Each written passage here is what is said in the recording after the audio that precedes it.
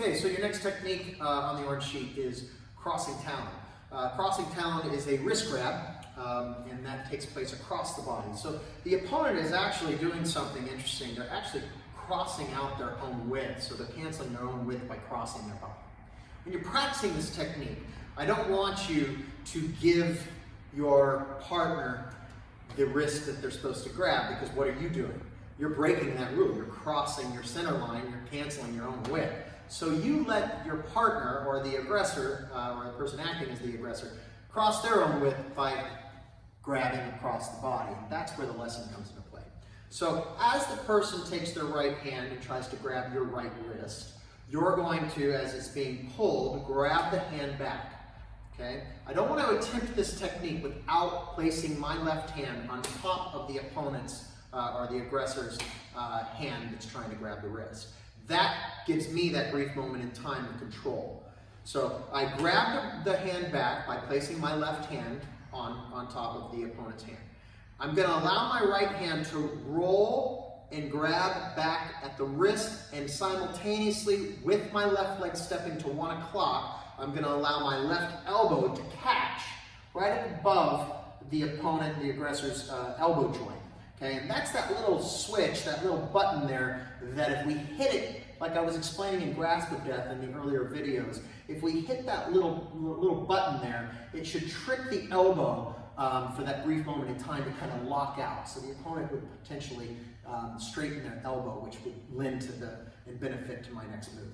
So from this position, I'm here. Okay, so let's go back. Person grabs my hand. As it's being grabbed, I immediately grab back, taking control of that grab and pinning their hand against my arm.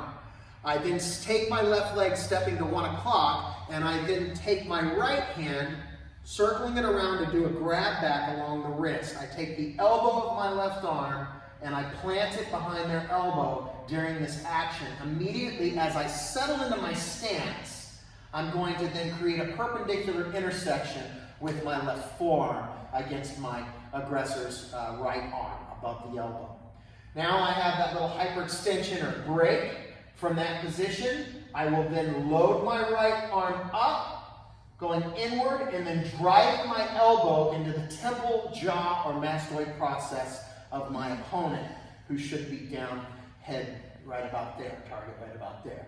From this point of impact with the elbow, I'm going to flip the tiger's claw onto the face of my opponent, and I'm going to torque their neck, tweaking their neck back as I anchor the elbow onto their shoulder blade. And you'll see this when I use Sensei Gabe as a dummy. From this position, I continue the circle over, dropping down the elbow onto the middle of the spine there, basing with the heel palm for the oncoming knee strike to finish him off to the face, cross out, step back on guard. Gabe grabs. You see how he crossed his own center line? He gave away his own width. I'm going to take advantage of this cross. Okay, I grab back. When I grab back, I want to try to get into his knuckles, so it gives me a nice pad to grip on here. From this position, my right hand continues encircling clockwise around for the grab back as I step to 1 o'clock with my left, and I want to stay close to his leg. I don't want a big gap here. I want to stay close to his leg, and I want to basically sit, creating an obstacle for him, a little bit of weight on his knee. Now, this section here turns into the perpendicular intersection here. I load up, drawing him into the elbow, flapping the tiger's rig to the face. I tweak his neck, I come back down with a driving elbow, I base with the heel palm, throwing the knee, cross out, and step back on guard. Okay, let's take a look at the other angle here. He grabs me. I grab back, settle in. Okay?